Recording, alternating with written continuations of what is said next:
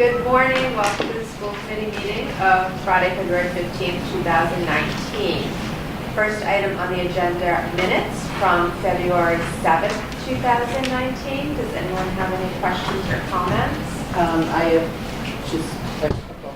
In the, on page 5, the part that starts out, Ms. DeLuca said she attended. So it's Grace Chain, there's no E on the end of her name. And it's the Main Spring House in Brockton. Main Spring. I think it might be one word too, if I'm not mistaken. Yeah, that was the only thing I think that's it. Great. Anything else? Okay, so I'll make a motion to accept the minutes of Thursday, February 7th, 2019 with the change that we just discussed. Do I have a second? Second. All in favor? The next item, payments have gone around. Discussion and possible vote to approve company switch for the Charlene Lauren Dalrymple Auditorium. Ms. Dalrymple was here today. Thank you for coming. Welcome, and this is Carla Pelletier, who is our set designer and does a lot of the other builder, has a degree in theater and knows about the technical end of this, which I'm not as familiar with. So this switch would enable us to use lighting. We rent lighting for the musical and for Bay State construct here. And the switch would enable us to have enough power to use the new lighting that is out there, because companies keep progressing in new technology and new lighting. So as a result of that, it was suggested to us that it would be a good way to go. I also talked to Stephen Legendre, who's the town electrician, and he agreed with that. He thought it would be something that we would use for a long time, so that wouldn't go out of style because they've been around for a long time. So the investment would be worthwhile. And it would be safe for students to be around. They would never use it per se. The adults that would be doing the lighting or would use it. But in the event of it just being on stage, there are people on stage at certain times of the year, it would be locked, and if it's ever opened, it automatically shuts down. There's a little pamphlet on it. Carla, do you want to explain what it's Yeah, I mean, the way that I see it is, when you guys plug in your phone or your laptop, you have a little block or a big block. Some laptops have a big block. And what that's doing is taking the power from the wall that's, coming from your house, and it's changing it over so that way the laptop or the phone can accept the power. The actual lighting is the same way. It uses three-phase certain type of power, especially nowadays we're going into a much more energy efficient lighting structure with LED. So basically this company switch is going to take that power and it's going to do the same thing as that block on your laptop or your phone, and it's just going to convert it. And it's going to convert it, and it's going to allow the lighting to accept it on a much larger scale than your phone or laptop. So that kind of helps give the image of what this switch is able to do for us. It's huge. It really is huge. And it allows us to offer the most state-of-the-art lighting that's out there. And the lighting that we rent, like she said, the companies that we rent from are constantly, they're people who are so into lighting and so into lighting design that they're constantly trying to upgrade their lighting and have the best available, which means that the only way to do that is to sell the older lighting. So it's getting to a point where we almost can't rent some of that older lighting that works with the structure that we have in place. So this would give us that opportunity to be able to have the best available. And do we have a final quote? Do I recall that you had talked about? I talked to Steve Legendre. He was looking up through the company that he deals with. They haven't gotten back to him with a quote yet, but he did find a quote online that was $5,100 compared to the $4,878. And in addition to that, though, there is also additional cost for cables and the equipment that's used to install the piece. So he thought it would probably, he just said to me this morning, it would probably come up to $5,100. All of it. added on. Yeah, all of it. thing. In the case of him doing work, which he is going to do for. Okay, questions, comments? So I have questions, not so much related to this as related to the process. So here are my questions. It seems like I recall, and I think I was probably dreaming about this at some point, when we've talked about using money from the campaign, from any of the campaigns, from any of that fund, from the campaign for all reasons. It seemed I recall at one point that we had asked Wes to maybe give us a prioritized list. Does anybody remember that, or was I dreaming? Okay, I was dreaming. No. Okay. So here's my question, again, not really related to this. It's two questions. One is, and I started to think about this when I was looking at all of this, I wonder if it makes sense for us at the beginning of the budget year, when we're looking at budgets, if we think about, this year, how might we think about spending some of the money in this fund and also in our revolving accounts? I know a lot of times we use those funds to account for emergencies when they come up, and I'm not suggesting we wouldn't do that. But I think similar to planning for our budget overall, it helps us to make decisions if these kinds of requests sit in the context of what other priorities might be. So that's my first thought.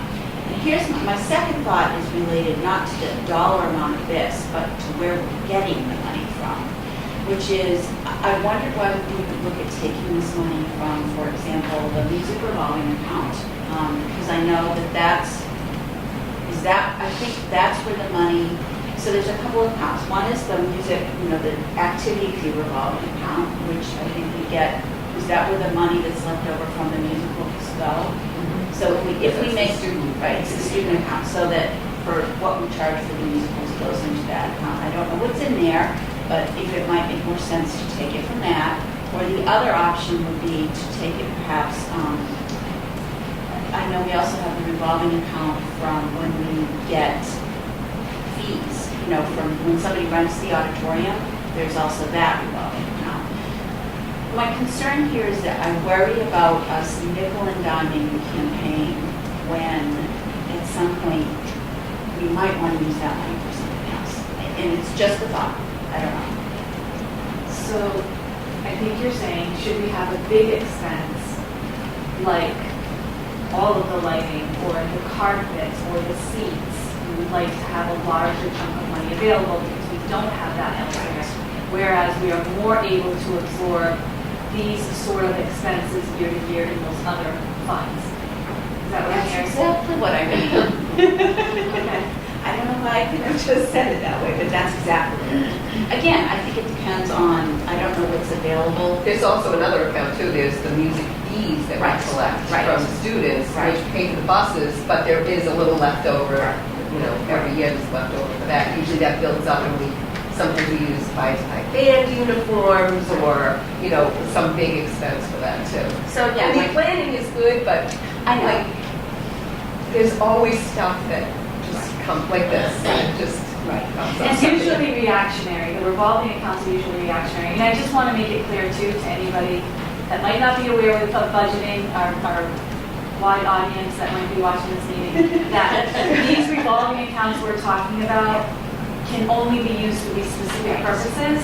So having these conversations completely makes sense. We are not taking money away from anything else because it must be by law for these purposes only.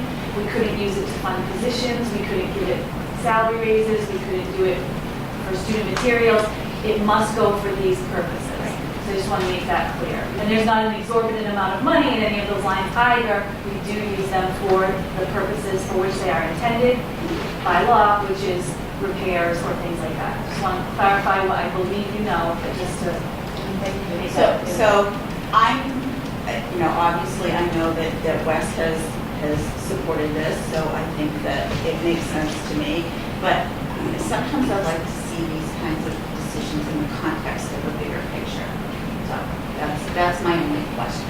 And I don't know if Marilyn has any thoughts about where this I money think we could probably absorb this in one of those other accounts if you want to save the money in the campaign Yeah. bigger. Maybe it's 6 of one, half dozen of another, but Right. Well, not really in the sense that these kinds of expenses typically happen over time. So if you had, say this is $5,000, if you had $5,000 a year for 10 years, that's a lot different than having a $50,000 need at one time, which none of these accounts would be able to do that. So in that sense, it's not 6 and a half dozen, it is different. So I see your point, for sure. so those are my questions. Okay. So, what do you think, Marilyn? I think if you want to save the money in the naming campaign for a bigger, that's the money, if that's the area you want to save for a big thing. And at some point, I think we had talked about too, a process for accessing and using money from the naming campaign, so that however the requests are coming in, that, I don't know if it's a conversation that you have with Mr. Paul, because obviously he needs to have a lot of, the ability to set priorities as it comes to that building. So I just want to make sure that there is some kind of process for us to use and access that funds. Obviously, it then needs to come to us once that's occurred. So, Charlene, does this conversation sort of make sense in terms of your understanding of how these different accounts I think are used? Okay, just to make sure there aren't any questions. So if it were to come from one of the revolving accounts, that's not something we would need to. You don't need to. Okay. But you'll just sign them. The warrant. The warrant. Yeah. We'll Okay. just go with it. Okay. So does that sound? You want the equipment. Well, and it's an enhancement. Yeah. Right. Okay. Absolutely. Thanks It's for good to know doing what's that. going on over there. Yeah. All right, so thank you for bringing that up, Shane. And I'm going to go back through all my other stuff, because maybe I was. I don't think Well, we I don't think we we can try to do that. You kind of remember that Wes Long gave us time a ago. list? Yeah. Okay, thank you. I do. I don't remember when. Okay. So whenever we have the final total bill, then we'll, I do have a question. Yeah. So Marilyn, would that mean that money would come out of what I raised to fund the musical? No, we'll have to look at the other accounts, whether it's the student activity fees that pay the music, the musical itself, or the rental of the facility. So we have those 3 options. Okay, because for the past, I don't know, at least 15 years, when we're done with the musical, I usually save a specific, it's usually around $25,000 that I save, keep in there so that I can do the next year's project. And I know we've already absorbed the royalties because that used to come through the music budget, but we absorb those. So So do you have, and now my, so do you have a budget every year for the musical in terms of how much you can spend? Is that She just uses the, what we make from from the previous from the year. previous year? We consider the show almost a fundraiser for next year's show. Okay, so you roll whatever profit is left over into the next year's show. Correct. That's our starting Doesn't mean cost. everything. The royalties and $10,000 just to be able to do the show. And so does the musical always totally self-fund? I was just going to say. For a long time. Because it's the best. For a long time. I can't wait to get my center. I know. Yeah, it basically does. Okay. okay. So that makes sense? Pressure's on to make it good every year. You're always, as what they say, you're always only as good as your last show. Thank you very much. Right, you're going somewhere? Yeah. I'm gonna go. Thank you for coming in. Thank you very much. Appreciate it. Yes, you as well. So next item is review and possible vote of the donor plaque for the Charlene Martin Delmar Auditorium. So we have in our packets a picture of the mock-up. Dr. Frall, do you want to give us another one? So yes, this mock-up is estimated to be 18 inches by 26 inches, which is within the size of 28 by 28 that the school committee approved prior at the April meeting. And in every other way, it meets the parameters that you set forth. And so this is for your approval. There is a mock-up here for you to see. I do want to point out what was noted to you, which you probably already saw, that there are a couple of errors on there that the group has acknowledged and is fixing before, of course, it's made. It is done by the same company that has produced the plaques for the other signs for consistency within the high school. And so this is for your review. Yeah, it's beautiful. Yeah. This is, I haven't Yeah. It's really wonderful. Questions, comments? All right, does somebody want to make a motion to approve? So moved. Second? Second. All in favor? Congratulations. Yeah, it's beautiful. I hope you weren't supposed to see that ahead of time. Well, You got here. I need to write some thank you notes. Yeah. Well, don't yet, because I think maybe you should pass that back. And we'll, So I Next. didn't see it. Yeah. well, it's a public meeting, so however, let's just move on. So next item is discussion of possible vote to approve donation from Harvard Medical School to Charlene Lorian Daughter from the Auditorium. Dr. Kroll? Okay, again, This is exciting. Mike Cardoza, who is the sound person for the auditorium, reached out to Mr. Paul and Mr. Twombly, the principal and director of operations. He has replaced about 60 wireless microphones at Harvard Medical School due to a new FCC requirement that limits frequencies. That is, outside of the purview of this job, but he took that information and requested that those microphones that Harvard was going to be getting rid of could potentially be donated to Oliver Ames. They are about 2 years old. They still work in an environment that only has a dozen or so microphones like Oliver Ames does. Harvard Medical School has more, which is why we would meet the requirements according to Mr. Cardoza, and they would not. So they are willing to donate the 12 microphones to the OA Theater. If we were to purchase these new, they would be worth $24,000 total. They aren't new, they're 2 years old, so there is a devaluation there. However, it is still a significant contribution. It does need to go before the school committee. I don't know if Charlene, from the performance aspect, the management aspect, would like to add anything about the use of the wireless microphones, but it is for your consideration for a vote of acceptance of the I know donation. 6 of them are volume microphones, which is what we typically rent and use for. There's one part that you would have to purchase in order for them to be totally functional, one part that isn't, it doesn't come with it.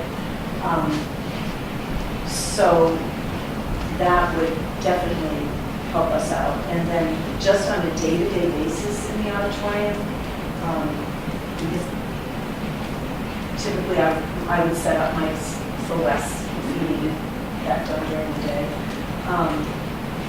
day. They have a certain shelf life, so it's really helpful to have an additional set and to have visiting people come and be able to use a wireless. We've had that issue too, where they expected to be able to walk around without holding a microphone and they could use the body mic. So I think it's wonderful, and I have to tell you, Mike was a student in Easton, and he was in the music department. He was in the show choir and the concert choir, and just has this incredibly technical brain, and has donated his time all of his years when he really opened to develop the technology that works. So he works with students and teaches them how to use the tech group. And unfortunately, I think he's going to be phasing himself out because he left Harvard, but now has a Harvard contract. Because he started his own business. And so I am currently also looking for someone to replace him.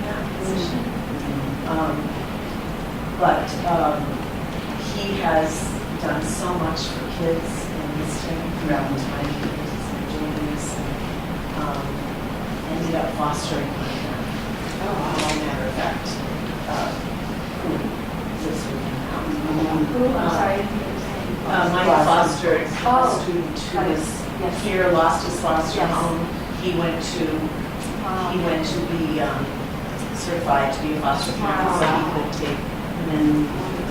So he's just an extraordinary kid. Yeah. Not a kid, Yeah. an individual, you Yeah. know, and has given me a lot of technical advice over the years about the auditorium and listen on what we need and all of that. So, and he's always looking at an advantage, and you know, a lot of us when he's presenting this opportunity. So it's wonderful. Yeah. So you want to make a motion to accept the donation?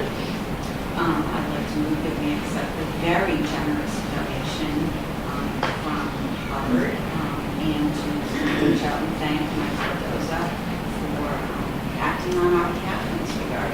Second. All in favor? Great. You Okay. are free to go. Thank you so much for coming in. It was nice to see you. Thank you. Thanks so much for the meeting. Pretty awesome. Yeah. Next item, vote to approve overnight trip for the all-age wrestling team, Dr. Ross. Thank you. The All-Marines wrestling team has qualified for the Division II state tournament at Beverly High School. This is the kind of thing that we don't know in advance. Typically, you would obviously approve overnight travel prior, but this is a tournament and we understand the nature of these tournaments. We're very thrilled that that's happened. It had a very good season. And so they actually plan to leave this afternoon, so we're very fortunate that we have this meeting. They will be staying at the Best Western in Danvers, Mass. The coaches, Con Chase and Ryan Mulcahy, along with 2 parents, will be the chaperones for this. And obviously, we wish the team very best. And we are very excited for them, and we are looking for you to give the official, if you are inclined, to give them the official approval for this overnight stay in Danvers for their performance at Beverly. Questions, comments? Okay. I'll make a motion to approve the overnight stay for the OA wrestling team. Is there a second? Second. All in favor? Good Okay. luck to them. Yeah, very Absolutely, excited. very exciting. Next item, discussion and possible vote on substitute pay. Dr. Ross. Well, we are interestingly in budget season, and we have said repeatedly that it's lean and it's very difficult, but we are working really hard on it, and we are looking at some cuts in some areas, as well as the efforts that we made last year, which involved things like cuts and fees and so forth. So it would seem unusual that perhaps we were looking to raise anything like rates. However, we are in a unique situation here in that we have some positions, such as substitutes for many positions, like substitute school secretary, substitute clerical aides, substitute library aides, special education paraprofessionals, permanent part-time employees, technology interns who are part-time, bus monitors, sub-custodians, long-term custodians, mostly all substitutes for different roles. We are finding, including subs for teachers and paraprofessionals, and we're finding that when we break, it's a daily rate, but when we break down the daily rate, it's an average of $11 to $11.75 an hour. We, as a school department, are not subject to Massachusetts minimum wage requirements. We are subject to federal requirements, which is like $7 or $8 an hour now. However, in light of the fact that minimum wage it will be changing to $12 an hour, or if it's changed to $12 an hour, we are revisiting this. We feel that the role of the educators that are substitutes is extremely important when we have educators who are absent. They are working directly with our students. They have a great deal of responsibility. Aside from that, in terms of simple competition, We have difficulty getting substitutes as it is now to fill all roles, which is an extreme hardship on the administrators and the remaining educators. We want to maintain the level of safety and education that we feel as we feel we have with our substitutes right now. And a great majority of the districts in Massachusetts are raising this to meet the minimum wage requirements. However, even if they weren't, it is mandated for people outside of the school department. So it would be possible we would be losing substitutes, particularly college students, to places like Walmart or stores or restaurants, what have you, that would be required to pay the minimum wage. So because this is an issue where we really need to have these positions staffed, we are recommending to raise each of these positions, whether they're $11, $11.25, or $11.75, to $13. The reason for the $13, in addition to remaining competitive, is next year it will be raised to $13. And so we would have the same problem and be behind again next year. So in order to keep us offering the state minimum wage, which I will repeat is not required, so you need to know that before you decide.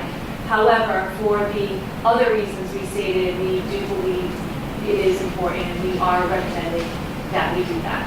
It will be difficult, clearly, in the budget. We spent a great amount on substitutes because we have a lot of employees. We have almost 500 employees. But for all of the above, we think that this is important to basic operations. And you see the rates of the people I've discussed, as well as the old rate and the new current rate we are proposing. You'll see we aren't changing any of the others, except the ones that are below $12 for this very specific reason. And I'm assuming, obviously the whole competition perspective that you talked about, that's an issue because from a benchmarking perspective, we're behind where other districts are headed or other districts are making these changes. Right. Several districts made this change in January. We are recommending for this to take place in September. Our budget is done for this year. We have no excess in order to be able to fund this. So we are recommending this start in September 2019. Many other districts are doing that as well for very similar reason or the same exact reason. Yeah. And then back down at the bottom, teachers. Right, so if you calculate it, just for your knowledge, it would mean that substitute teachers that currently make $80 a day would make $90 a day. And long-term substitutes who make $105 a day would make $110 a day. Questions or comments for Dr. Little?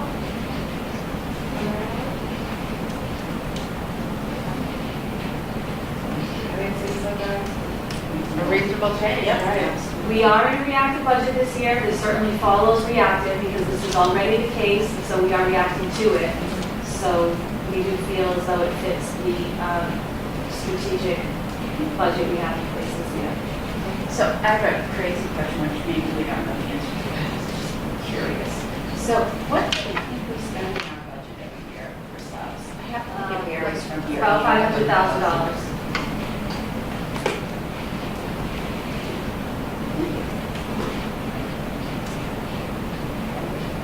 Which, when you think of it in terms of a $42 million budget, but still. It's a significant amount of money, there's no question. All right, I'll make a motion to approve the new substitute rates. Do I have a second? Second? All in favor? Thank you. Next item on the agenda, audit committee's recommendation of parking fees for all of the high school parking lots. Okay. Nancy? Yes, I'm here. As you know, on the audit committee, I'm the school committee member there. And when the big audit came out, the operational audit came out, there were several things on there to try to, figure out where we could make some money or whatever, make things work a little better, I guess.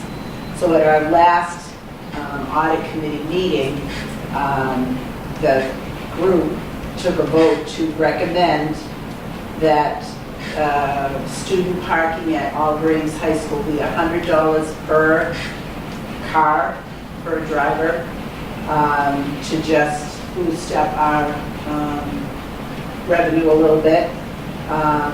As you can see from this this is just, we had a big survey, not a big survey, but we had gotten some information earlier from a lot of towns about what they do for student parking. So I just did the towns that were near us, I did Hopmock towns and people that I thought, towns that I thought were close to East, similar to Easton. And you can see, what they do as far as parking amounts. It's all over the place. I think the highest one is Canton, is $200 for each student. They get stickers and they have 275 spaces and so forth. So anyway, the recommendation from the audit committee is $100 per driver. And it would be up to the All Greens administration to have governance over the monitoring, whether they use placards, stickers, bumper things, and how they wanted to regulate it. So that's their recommendation, and I was charged to bring it to the school committee. Was it unanimous vote? You don't recall. So I remember having this discussion Yes. maybe about a year ago. We did have, because David came Yeah. and told us how many spaces there were, Right. and, and then in the case of, some towns have numbered spaces like the MBTA, Yeah. but when the snow comes, spots 1, 2, 3 are covered with a snowbank. Right. So what do those kids do? So there's Right. for as many things that can happen, there's any more questions that come up. Well, I recall Wes weighing in on that as well, that he, if I recall, what he said is typically schools who can manage this kind of proposal have bigger parking lots than we do. So it gives them the flexibility in terms of having space that's available. So if they lose a couple spaces to snow, they still have enough spaces to accommodate everybody. And if you'll notice on my little data sheet here that a lot of the monitors, it belongs to the high school administration, but the high school administration already has a million things to do. Right. They don't need to be wandering around the parking lot to see if somebody has a sticker. So, And then a lot of them also have bus fees as well. and that was another interesting point. I believe that I noticed that if they have parking fees, there is some kind of bus fee also. And we talked about that last time too, right? Yeah, Yeah, you don't mind? definitely.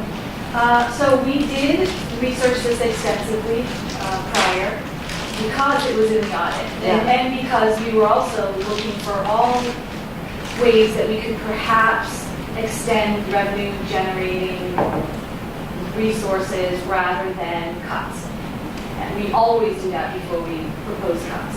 We did propose some cuts last year as a result. However, the reason we were able to recommend that we not do it at this time to the school committee was because we do have the benefit of having great resources to tap into. For example, we did survey all of these districts to get the information for you, but we also had the opportunity to speak with them to be familiar with their sites, what their parking, how their operations work. If it says monitor, who is it, and those kinds of things. So we were able to provide you a lot more of that very specific information. The other thing is that the total amount of revenue that is speculated here, when you do it on paper, seems to be very clear. 100 spaces, $250, you get you get a free $25,000. However, when we researched this further, found that to be a faulty figure. And that's the scope of the audit. Obviously, the audit wouldn't have dug in further to that. That's not their role, so that's our responsibility. We did do that. And we did find that, first of all, there is an effect that happens when you charge for parking.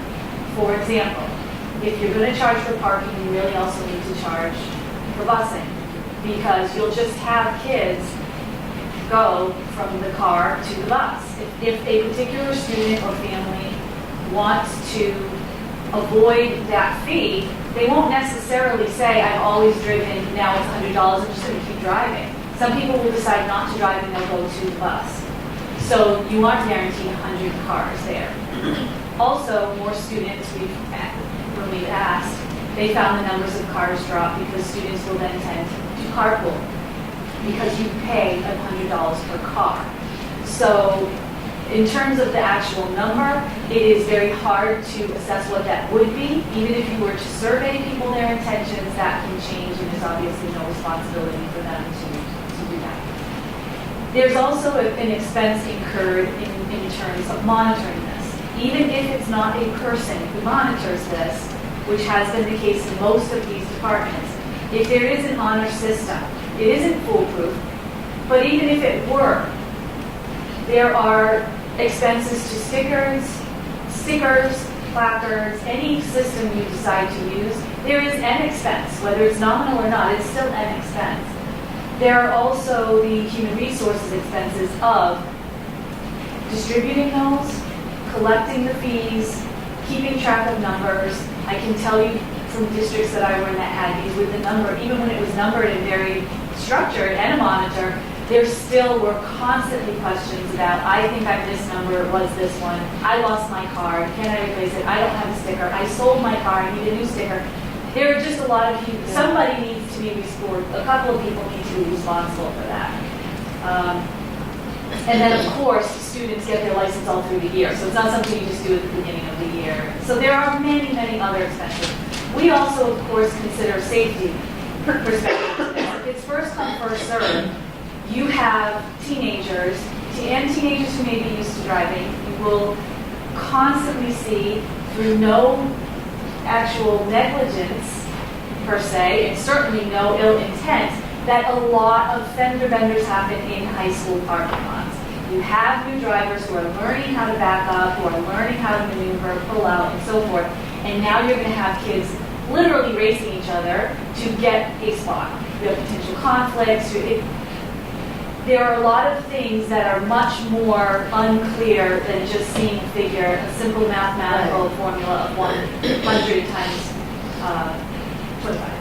250. So we did report all of those to you, and for those reasons, until we were able to find a better system, we recommended we not do it at that time. We also looked into the conservation area behind high school. We inquired with the town about paving that area. That is not possible. That is not our property. It does not get plowed. So that would mean all those areas weren't available. And as Nancy noted, we do have huge snow piles because we don't have the opportunity to take the snow elsewhere. And we would lose even some of those 250 spaces during a snowstorm. We certainly can't predict. This year I'm not even going to say it, but other years has been a lot worse, and the snow's been there for a very long time. It takes a long time for it to melt. So I just wanted to highlight some of the things you don't see on paper. I understand the audit's recommendation, and that is why it is a recommendation, and they asked us to then vet it further, which we did do. And so just to remind you of those factors, we certainly are happy to keep revisiting it and bring you any new information we get, but that is the information we have right now on that topic. Well, and the only 2 cents that I would add into that is we're liable to have a building project on that campus. And that could also, not complicate, but it's another factor to consider. There is a very in-depth traffic study going on right now. It could involve parking lots, access roads, streets. We have no idea. So that is true. We don't know if that project will come, but if it does, we do know that there are recommendations up in the air. We have no idea what those are at this point. Will it affect lots? We don't know. So it sounds like, this is something that should definitely stay on our radar. As with all fees, we look at these periodically, yearly even. But to me, it doesn't make sense. I don't think we have enough. I think the information information that we have at this point, just doesn't make sense to do this at this time, but we can certainly revisit this. So I'll make a motion that at this time that we do not implement parking fees at Auburn East High School, but that we continue to look at this. Second. All in favor? Thank you, Nancy. You're welcome. Thank you, Dr. Cabral, for remembering all those important points. We spent a lot of time on it. Yes. We do take these recommendations very seriously. Right. So we do- And we do have that. implemented a number of them as well. We've raised a number of things. We appreciate any feedback and wishes.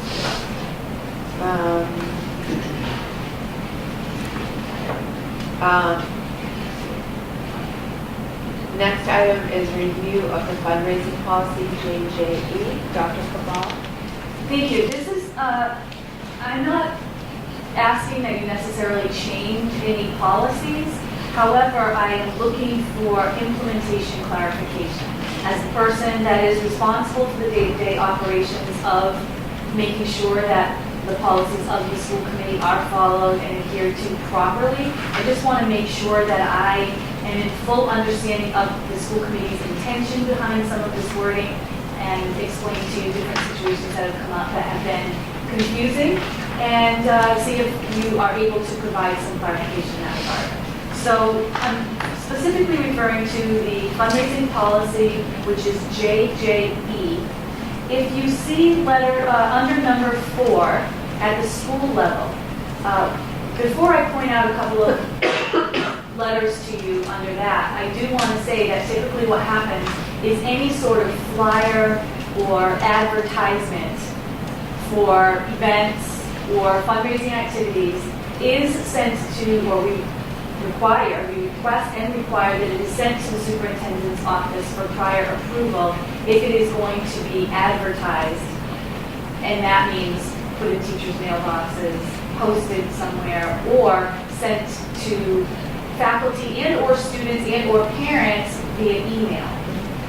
So if you will look at first letters F and G,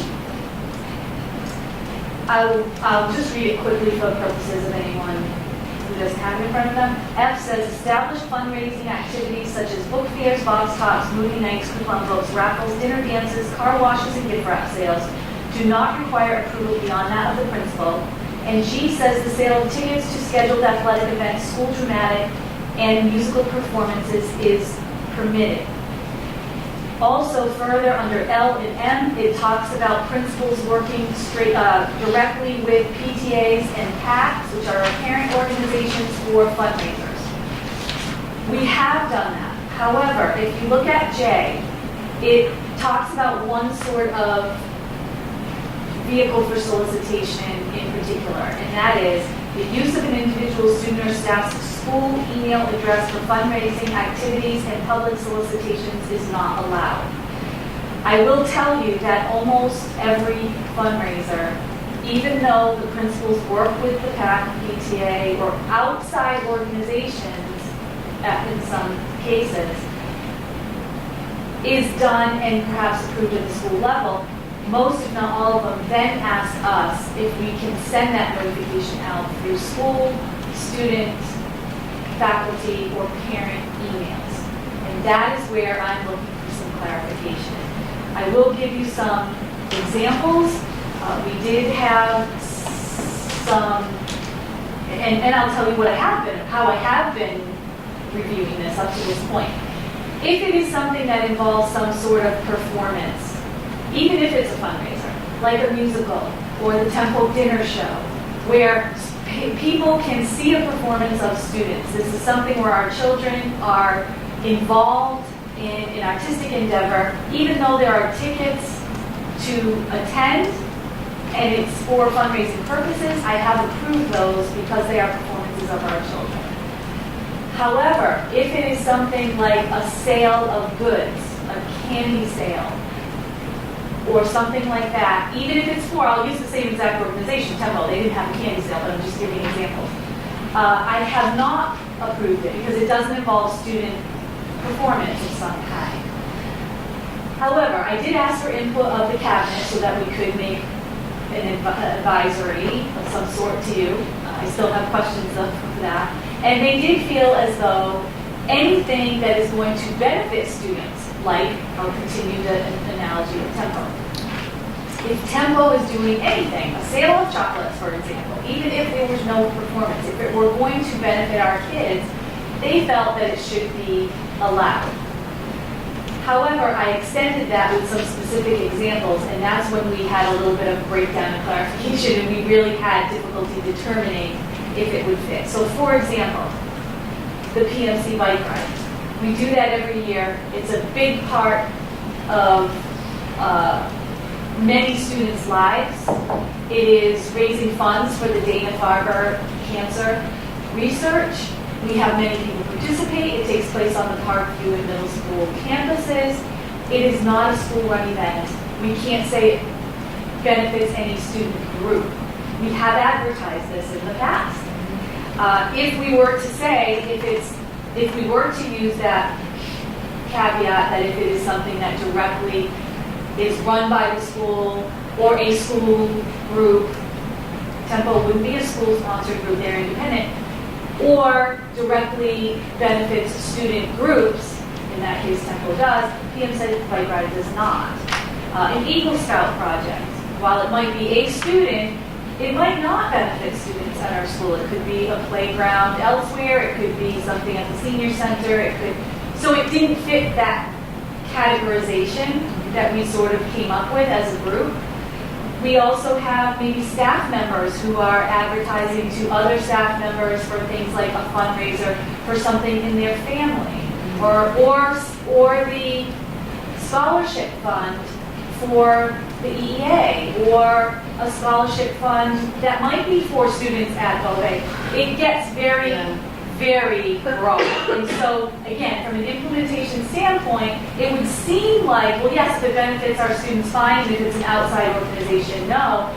But it's not always black and white like that. And I know that because I've been collecting these requests and having a very difficult time sort of making this determination. I want to be consistent. I want to be clear. I want to be fair. But of paramount consideration is I want to make sure that I am honoring the intention of the school committee policy.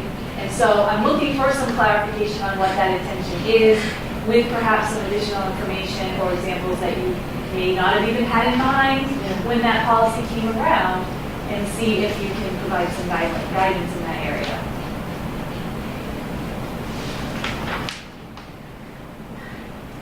So this is hard. Yeah. I wouldn't bring it to you if it were a complete struggle. Literally, I'm like, no, we should not be using emails for any of this. This is student and staff emails. Because I worry that it could be a slippery slope. That if we say it's just student benefit, then it's clearly what you've outlined. How do you limit that? How do you define it?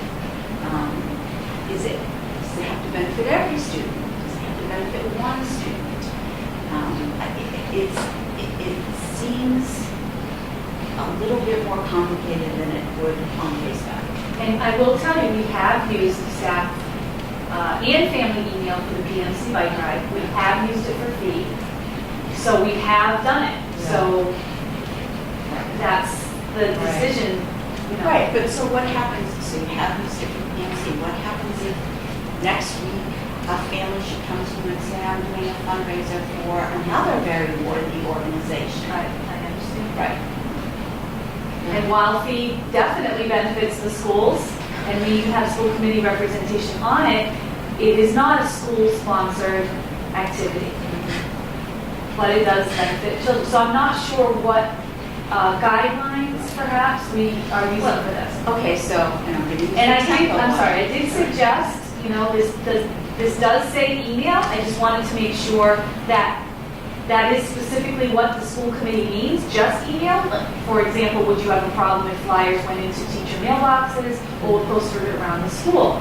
I'm reading this as email, but I want to make sure that it meant communication, that you didn't mean communication and I was being really picky about it. But also, people have said to me, well, that's a waste of money if we're then putting paper in everybody. And I agree that's true. However, this clearly says email, and so. Right. And so here's my other example is, and I'm going to use the Tempo example again. So Tempo wants to use emails for, fundraiser. Does that mean that if the football boosters come to you and want to use emails for a fundraiser, does that It mean? would have to be the same. Right. Does that mean if I can't think of one of our student clubs Lots comes of to you? boosters, yeah, we have lots of boosters, clubs, activities. Right. Yep. I think it could get out of control very quickly. And I don't want to think of our student and parent and faculty emails as, and I don't want to use the word spam, because that's not what I mean, but when you're getting a million different emails of would you donate, would you contribute, would you buy, you get And I know there was a very good reason for having this in here, which I believe was along those lines, so I want to make sure that we are honoring that intention.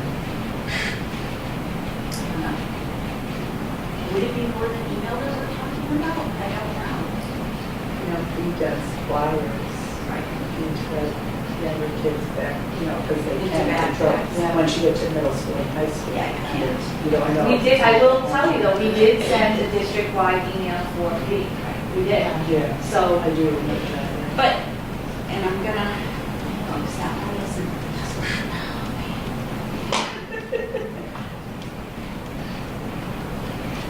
And so maybe there's sometimes where you But need I'm sorry, go ahead, but the fee that the fundraising we did the last 2 years was benefiting every student because of their Chromebooks. right, but is that the guideline? If I know, I don't know. I I don't know. want to make that week myself. Right. I'd rather have And you know that every booster club, every organization is looking to get a piece of something so that they can. for very good reason. Every Exactly. organization we've mentioned so far is a very worthy cause that I personally and professionally support. That obviously is not the issue. Right.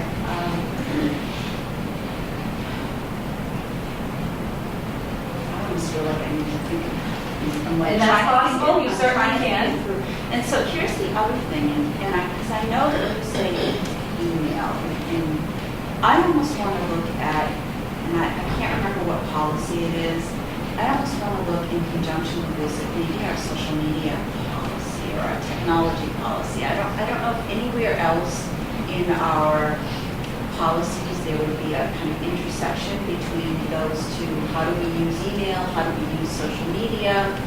It does, K does say the website is not allowed for fundraising. And we have limited that, or eliminated that. Yeah. I don't know that that answers your question, but that is another component. Yeah. You said you eliminated K? No, I'm sorry, the policies there, what I'm saying is we do not advertise on the district website for K. There is a trending now that comes straight from the superintendent Twitter account. That is perhaps that scroll sometimes might have something on it Right. or an event or whatever, but the actual website we do not post So advertising. I'm going to ask, you may not know this, how do other districts think about this? Do you know? It's all over the map. It's different everywhere. It really is. And there's a different level of request as well. So it's not even comparing apples and oranges. A lot of the principals put these in as links on their electronic newsletters. Here, I'm saying, is that technically email? Because the newsletters go out through email. I'm not trying to No, I know. totally pick this apart, but I know it is my responsibility to make sure I understand your thinking on this. So those do go out through email. I don't know if that's considered email. So what would happen if we said the only organization that we're willing to let this happen for is free? Because they're really the only organization that I can think of. What they're providing to our budget is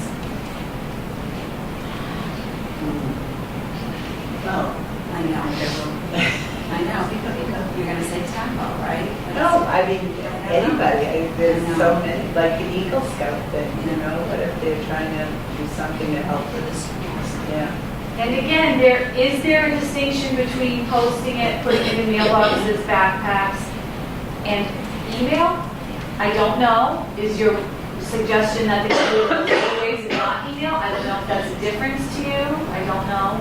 Well, what would happen if there was a private organization that was going to do fundraising, but then donate the money to the schools? Exactly, Right. it's very difficult. And email does, I mean, it's, in terms of the flyers, parents get so much stuff at home, especially just like K- emails, yeah. pre-K through, 5 to 6, there's so much paper that comes home. Yeah. And email is just so, you know what, I don't want to look at it, delete, you know what I mean, but I don't know. Well, and I would think people to start, because, and again, I don't know that there would be so many, but I would think there to be so many that at some point people stop, Right. and then they're missing what's really Yeah. important. Yeah. Sure.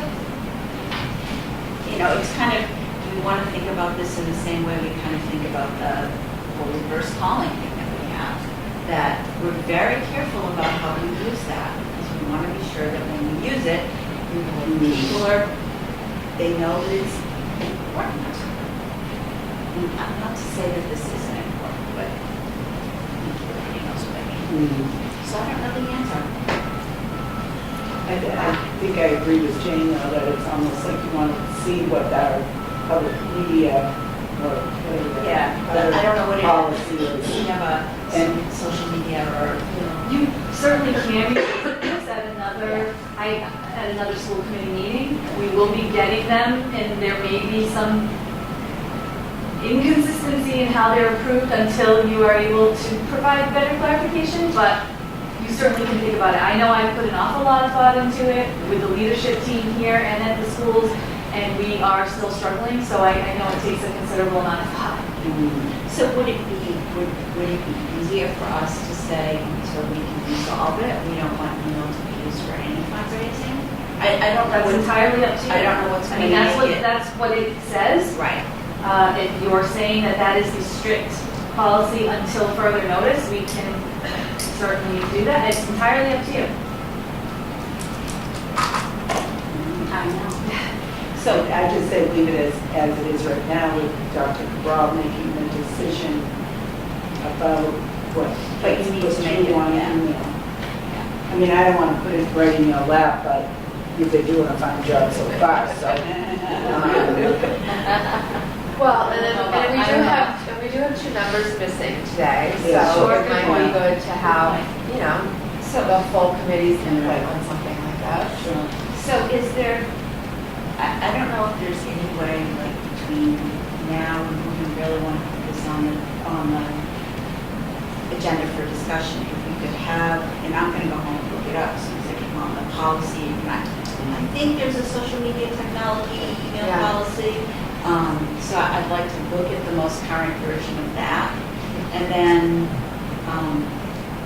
I don't even know, and I don't want to waste your time, but is there like a one-page summary that we have of what these issues I are? was just going to say that Lynn actually keeps a copy, a spreadsheet of all of the requests that are made, whether they're approved or denied, for the past few years. Yeah. So she can also provide that. I just gave you a few Yeah, right. examples that I thought really were most challenging for Yeah. us, but you can have that as well. I also just want to say, thinking about what's the purpose of not using the email, if it is so that families or staff members are not getting a lot of emails, I also just wanted to say on the flip side, there's also the kids that don't bring home a lot of the Right. flyers. Right. And as a parent, for a parent purpose, what's your preference? I think it varies, and also from a professional perspective, sometimes it's good to know what's going on throughout the district, but oftentimes we do receive many, many emails that need to be answered. Sure. So there is both sides, and is it that, as times change, if there's a need for this to change or a need for it to stay the same? Yeah. The principals, as I said, do, just scrolling through my mind real quickly, I believe all of them, I have to check on the high school, but all the schools do send an electronic email, do send an electronic newsletter home to parents, either weekly or monthly, in an email. And it is possible that they could put links to this in there. It is technically email, But if that is, The newsletter. yes, in their newsletter, they could perhaps save them and put them all in Actually. monthly or something like that. That is an option to consider. So that rather than there being 10 that go out next week, that when Mr. Paul's newsletter goes out or Center School's newsletter goes out, that it contains that information. You could even make a request that it is done monthly. If there's a principal that sends something weekly, you could say have a once a month I actually. link to these, for example. That could potentially limit if somebody doesn't give us enough time to post it or whatnot, But that's on. but that's, it their is planning. absolutely, yes. No, I'm actually thinking about that, and that actually sounds like a good idea. Now, obviously, that would be each week, the newsletters when they come in, but again, It's just- but that's not, at some point, that can't be our responsibility. Right, and then as a parent or student, we go through that newsletter and we decide, oh, yes, This this is is part of important. this. or- Right. Okay, so why don't we do this? Why don't, if we could get that spreadsheet from Lynn. Thank you. And then we can put this on an upcoming agenda when we're all going to be here, so we can have, and we can think about the ideas and talk about it forward, about how to handle this. I mean, and I know it's supposed to go through the principals, I just worry about at some point, is somebody gonna not go through the principal and say, I've got this fundraiser and distribute something to realize, or, whatever.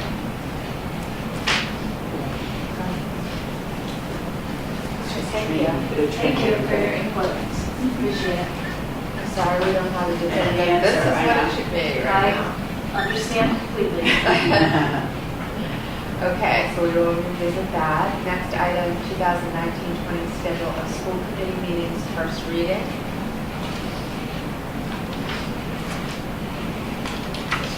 Well, These are the dates Lynn has put together. She always tries to keep it as similar to the prior year as possible. If you could review those, again, we do have 2 members missing, so I understand if you want to review that, send it to the other school committee members and perhaps vote on it next time. I don't know, but this is what she has determined for next school year with the 2 earlier start meetings in May or June for the events that were in conflict this year. I have a couple of things. First of all, November 15th is a Friday and November 21st is a Thursday. So I think, all right, so November 15th is the Thursday meeting, November 21st, well, it should be a Thursday. So November 15th and November 21st. November 15th is a Friday, and November 21st is a Thursday. So the Friday would be at 9:30. But what I'm going to say is, we have a Thursday meeting October 3rd, and then the next one wouldn't be till the 21st. That just seems kind of far apart. So 21st. No. Oh, no, October 25th is a Friday. But our Thursday meeting, October 3rd, and then the next one would be Thursday, November 21st. Is that what's intended there? We don't want to have a meeting November 14th because that's the high school parent conferences. Do we want to do November 7th? Okay. Okay, sorry, go ahead. that first week of November is usually when they have the mass conference that lasts a few days. That's why I Right. purposely didn't go the first week of Okay. November. And that's, I mean, that's fine, it just, There is a one. there's 2 Friday meetings in between if that's what it was supposed to be. Is November 15th a Friday meeting and November 21st is a Thursday meeting? Is that correct? Yes. Okay. Then we're scheduled to meet on December 12th, and I would request that either be December 5th or December 19th, because December 12th is busy. No? Oh, is that a sponsor? Anything?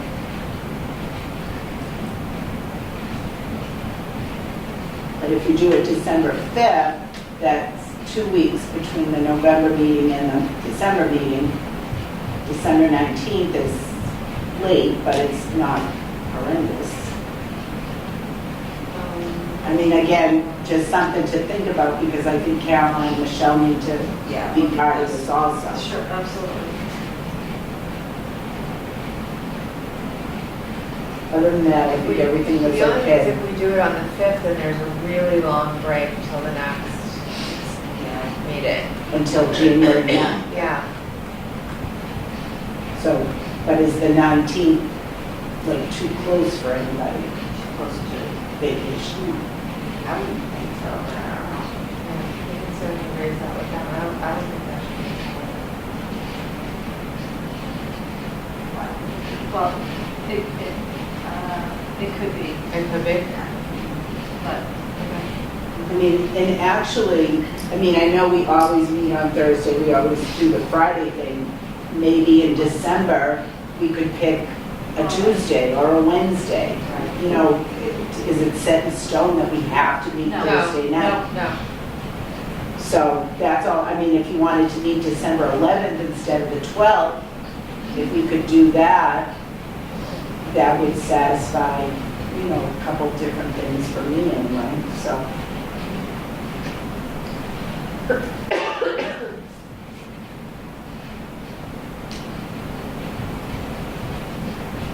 But going through the calendar, those are the only couple things that I noticed.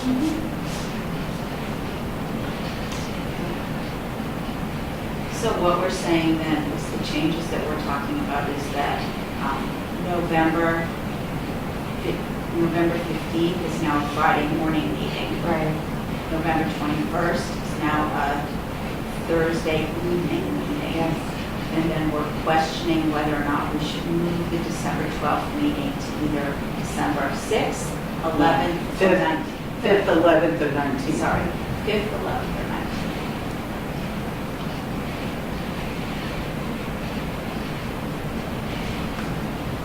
Anything else?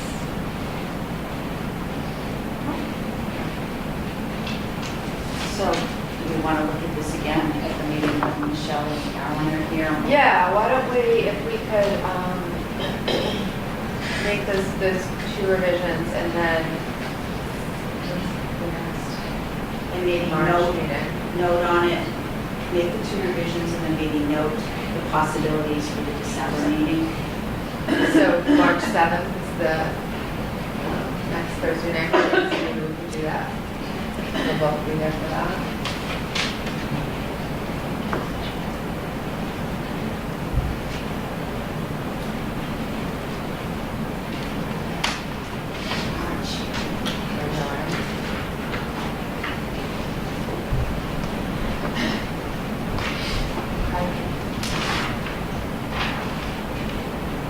Public comment?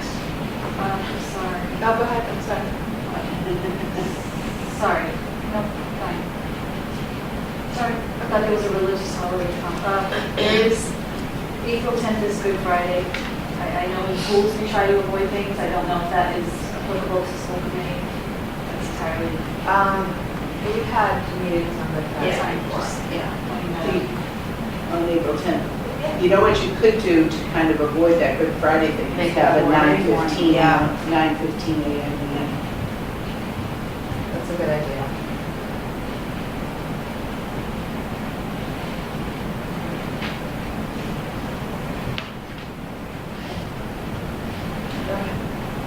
Public comment?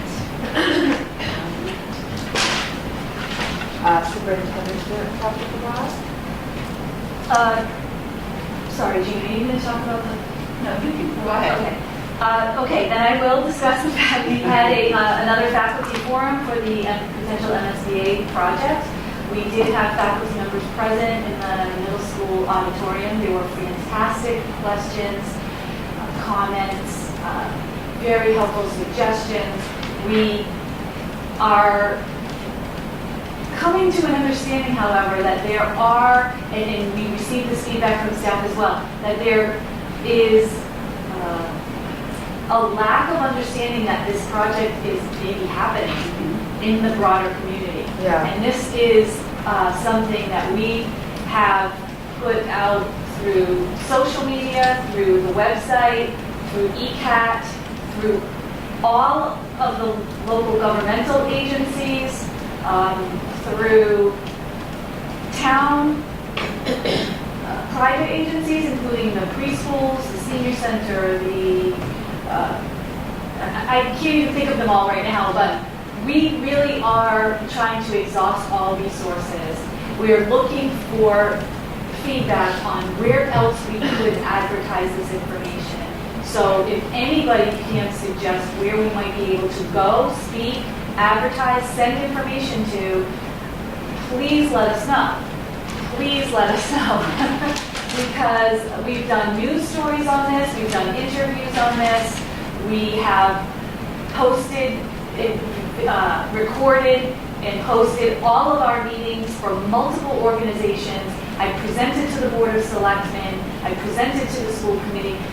I am very open to suggestions of how else we can get this information out. We have set up tables at fairs in town where people would be, school events. We've sent out flyers. We've had community forums, faculty forums.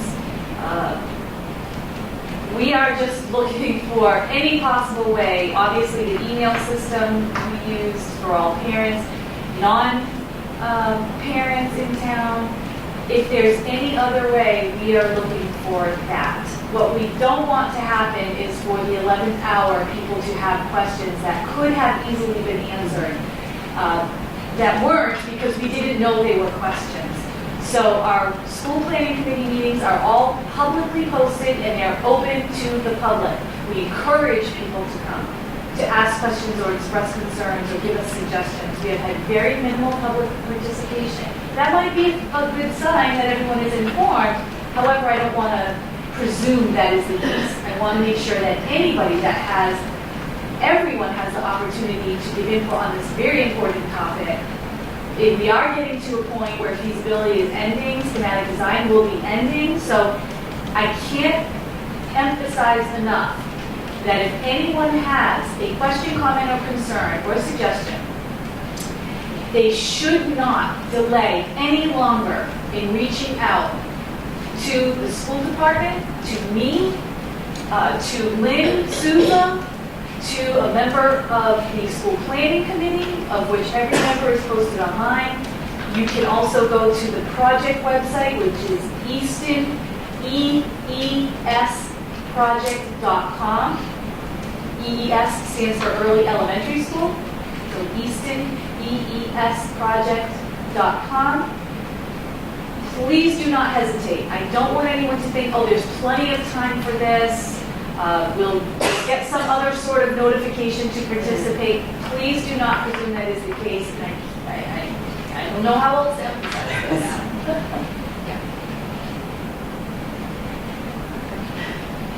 I know, it's, I think I'm just gonna pile on because I am a little concerned that as it gets closer to the fall, that suddenly people are going to be saying, I didn't know this was going on. And for all of the community forums, one of the populations that I really worry about in this is parents of very young children who are not yet in the district. Because I know from my experience that sometimes you're not paying attention to those things when your kids are babies. You're just not. So for all of the community forums the 2 community forums that are coming up, I'm going to every single preschool and daycare in the town and dropping off flyers. But we've done that. I understand people are so busy with their lives. This is so important. So important. Right. Everyone in this town is important in this process, and we're not minimizing the importance of any group or population. However, the population that is probably least engaged in the schools at this point are people who don't have children immediately entering the schools or don't have children in the schools. Even if children are out of schools, people still pay attention to that for purposes of taxes and so forth, and have probably had kids in the school before. So regardless of what the vote will be, people certainly, we encourage everyone to vote their conscience. We are only asking that it is an informed vote, and we don't want any citizen to be caught unaware of the vote. So there will be a vote in November for a debt exclusion override, and it's because it involves a great deal of money, we feel it's very important for every citizen to be fully aware of what it is that will be asked of them. It is their right to know that, and we are trying to make that information available. However, to Jane's point, being a young parent, it's challenging getting through day to day, honestly, especially you're working full time or you have a household or other children. And so it is very easy at any time of anyone's political career, it's likely that that's the gap. And so we are trying to reach out to them. We do not have their emails or addresses. We don't know who they are because they aren't involved in the schools.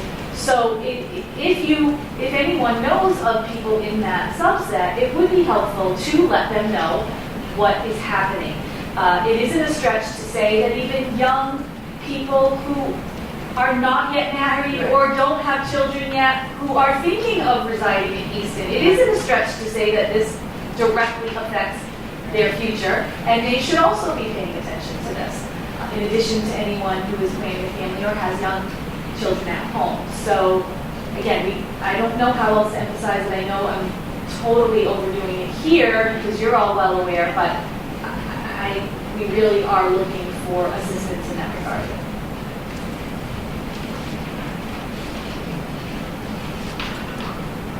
We do have 2 community forums coming up, and I'm sure Jane will be talking about that. And that's all I have. Okay, so Assistant Superintendent notes, not school committee notes. So I will talk about the community forums.